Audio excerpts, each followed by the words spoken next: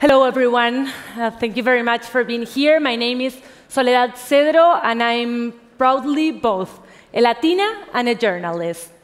It is true that when it comes to understanding Israel, there is no substitute for first-hand experience. And that's exactly what I had with AJC Project Interchange. I am originally from Argentina, where we have a very large Jewish community, but I never had the chance to go to Israel until, obviously, the possibility of going with Project Interchange. I went in 2013 on a delegation of Latino journalists that was conducted with AJC's Belfer Institute for Latino and Latin American Affairs. And let me tell you that it was an incredible journey and an amazing experience what we had there. As a journalist myself, the trip was a very good opportunity to connect with people who are living in one of the most contested places on planet Earth. And seeing Israel firsthand and being able to put faces to all those stories was an incredibly important experience for myself. What I was able to see in Israel was honestly a very peaceful and diverse society. There are people, and probably most of you know it better than me, but there are people there from all kinds of backgrounds, from Arab Israelis to Jewish Israelis, to Christians, to Muslims, even Druze. And all of them are coexisting there, and actually they are just living their lives in a very normal way, or at least very normal for what we are used to here in Western society. And yet, as a journalist, let me tell you that the media doesn't show this. They don't show this side of Israel. All we hear when we hear about Israel here in the Western society is about the conflict and about the threats of attacks in and on Israel. Unfortunately, when we read newspapers or when we see the TV news stations, we don't see daily life. We don't see the high quality of living and the truth about how Israelis really feel about their life. That is never covered by media. And why? Well, I personally think that it's because it does not fit the model of what media wants to show. So when I was there and when I saw this other side of Israel, I was inspired, therefore, to document the real life in Israel. I did it for the Spanish-speaking community here in the US. That was the audience that I was working for. So I produced a 5-part Spanish language series that we called Israel Mucho Más que una Guerra, or what in English means Israel Much More Than a War. With the invaluable help of Project Interchange, I was able to interview a range of incredible people, from very important people who were directly involved in the peace negotiations between Israelis and Palestinians, to everyday citizens, to normal citizens, who actually were the ones who shed light in the fact that, unfortunately, the conflict is part of their lives, but most importantly, that the conflict is not the only part of their lives. When we did this series, this 5-part series, our main goal was to show that there is so much more going on in Israel than what people might think. It is a complex society with, of course, historical and religious ties to the land and to the holy sites, but it is also an incredibly innovative culture that is leading the world in cutting-edge technology, an entrepreneurial spirit that actually you don't see anywhere else, not even here in the States you see that spirit. The audience reaction when we showed this 5-piece news series was actually truly amazing. We received so much good feedback, positive feedback on this. And I think that in a way our video was able to debunk preconceived notions and show our viewers that there's a real life in Israel and how the real life in Israel is. And I'm very proud to tell you that thanks to this work that we were able to do, thank you to Project Interchange, we received an Emmy Award, and this was something very good. Thanks. Thank you very much. Surprisingly, as I told you, this was a 5-part series. And the last part was supposed to be something very light, was on Friday. So we said it's going to be a light story. And that was the most popular news installment that we did. And it was a story about nightlife in Tel Aviv. Well, most probably you know why, because you've been there. But many people, my TV station was at that moment was based in Miami, and many people there, they started sending me emails telling me that they didn't even know, they had no idea that there was this aspect in Israel's life, that people were actually enjoying life there, that this even existed.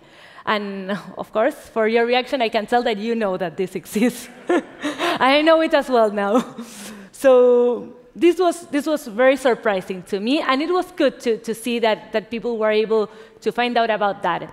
Before I traveled to Israel, many people told me that I was going to have an amazing experience and that there was a very special energy in this place.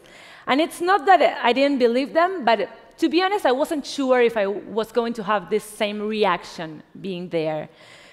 But after being in Israel with Project Interchange, I can tell you that I definitely felt that energy. It's something that it's very hard to put into words, but regardless of your faith, regardless of your personal beliefs, when you're in Israel, you know that something is going on there, something sacred and beautiful in this land is different, and there's a different energy there, and you can feel it.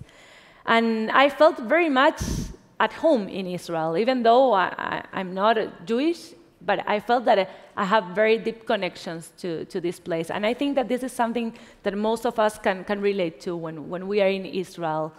And as a proud Latina and journalist, I'm definitely looking forward to going back to Israel to have another wonderful journey. And I want to thank everyone here, to take this opportunity to thank everyone here who made it possible for me to fall in love with Israel and its people. So thank you very much to Project Interchange.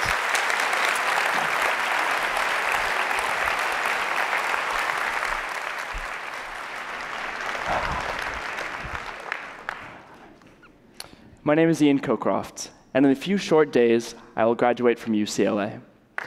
Thank you. I grew up in Cambria, California, a small town of 6,000 people. My high school was half white and half Hispanic, and none of the students were Jewish. My first interaction with the Jewish community took place when I was 19. My roommates would invite me to Shabbat dinners and other campus events, and through them, I started to learn about the Jewish community. A couple of years ago, I was involved in UCLA student government when SJP, Students for Justice in Palestine, put Lauren Rogers, a fellow student, on trial through the UCLA Judicial Board for her participation in an AJC Project Interchange educational seminar to Israel. I was shocked that a student and a dedicated leader was being dragged through such an absurd and harmful trial just for visiting Israel. I understood the extreme injustice in Lauren's case, and I wanted to step up to defend her rights and freedoms as a student, but also because they represented the rights of all students to learn, travel, and experience another society. Isn't that what college should be about? So as a fellow student, I represented Lauren in her trial, and with great help from a pro bono team of lawyers from the AJC, we won in a unanimous ruling.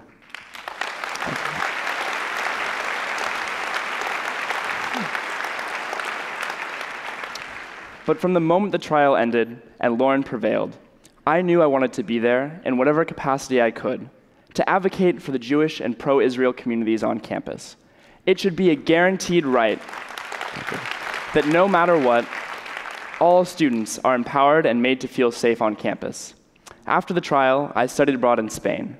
Interestingly, no one on campus had any problem with that type of study program, or any other for that matter, unless it involves Israel. And while in Spain, I applied to go to Israel with Project Interchange. I wanted first-hand knowledge of Israel, and I knew Project Interchange was the best choice.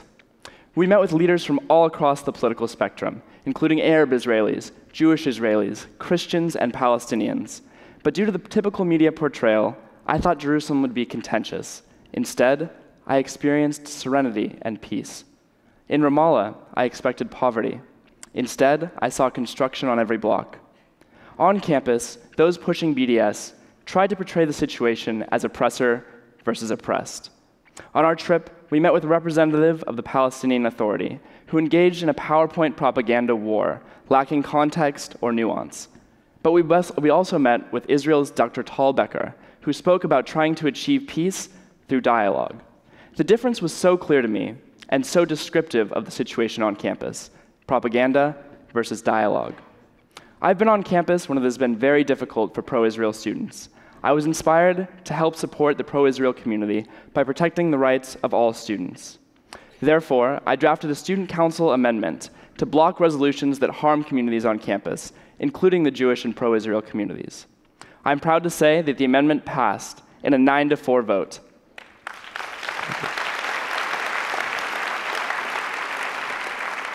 In effect, the amendment prevents the Student Council from engaging in harmful activity like BDS. It is fitting that my connections with Project Interchange and Israel are resilient and strong, much like the culture and society of Israel and the Jewish people. Although I'm not part of the Jewish community, I am part of the pro-Israel community. As a proud Project Interchange alumnus and graduating UCLA Bruin, I look forward to continuing to work with the Jewish and pro-Israel communities in whatever way I can. Thank you so much.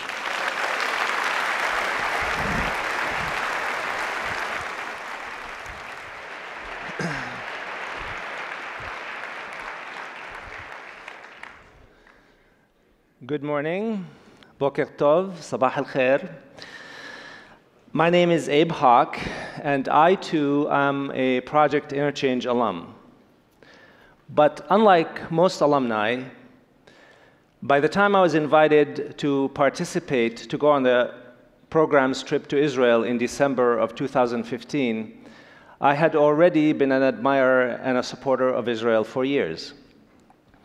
This, despite the fact that I was born in Jordan to Arab Muslim parents, both of whom were born in mandatory Palestine. I was raised and educated in the standard poisoned milieu of hatred and rejectionism that is the lot of so many Arab and Muslim children. My journey out of that culture of hatred for Israel and everything Jewish began when I came to the United States for study as a teenager, and it continues today. So when I joined a group of North American community leaders, Muslim leaders, on a Project Interchange trip to Israel, the cause of the Jewish state had become my cause, and the Jewish people have become my people.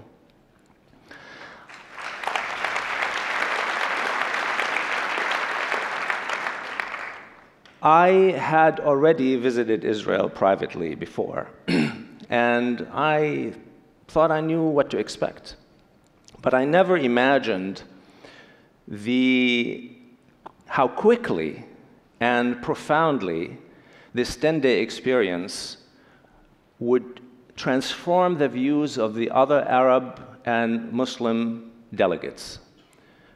They were born in Syria, Egypt, India, and Pakistan. I watched the delegation go through a series of culture shocks in witnessing firsthand the civic and physical achievement of Jews living proudly in their homeland. I observed their incredulous relief at experiencing the civility and hospitality of a people they had been taught to believe are the most malevolent in the world. I was with them as they met, conversed, prayed with Israeli Arabs who did not hide their pride in their Israeli citizenship. And I was also there when some of them broke down in tears at hearing and seeing what Israel was doing to help hundreds of their injured Arab brethren who had crawled over the border fence from the hell of Syria. Late one night, 4 Arab-born men, 2 Syrians, 1 Egyptian, and I, sat at a table in the lobby of our Jerusalem hotel and talked excitedly past midnight at the miracle that is Israel.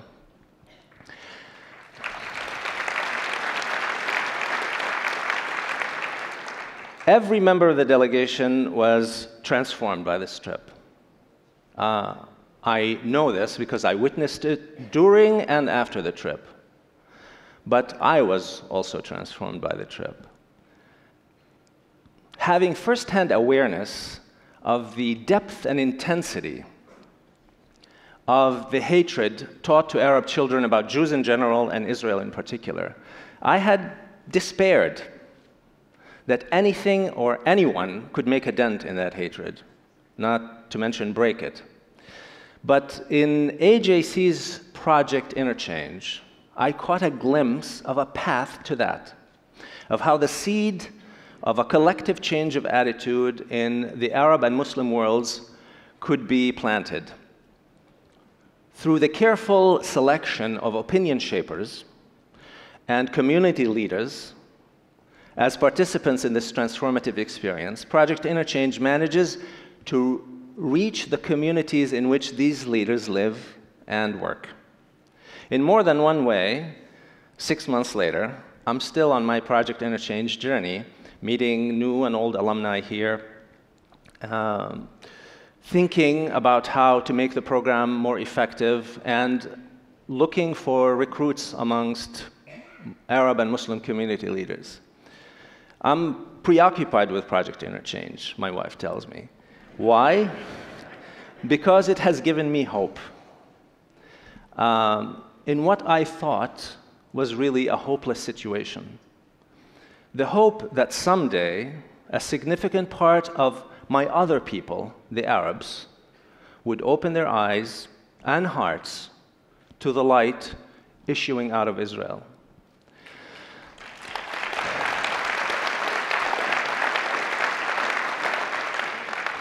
And for that invaluable hope, invaluable and regenerative hope, I will forever be grateful to the American Jewish Committee and to everyone, many of whom are in this audience, who made Project Interchange possible. From the bottom of my heart, thank you very much.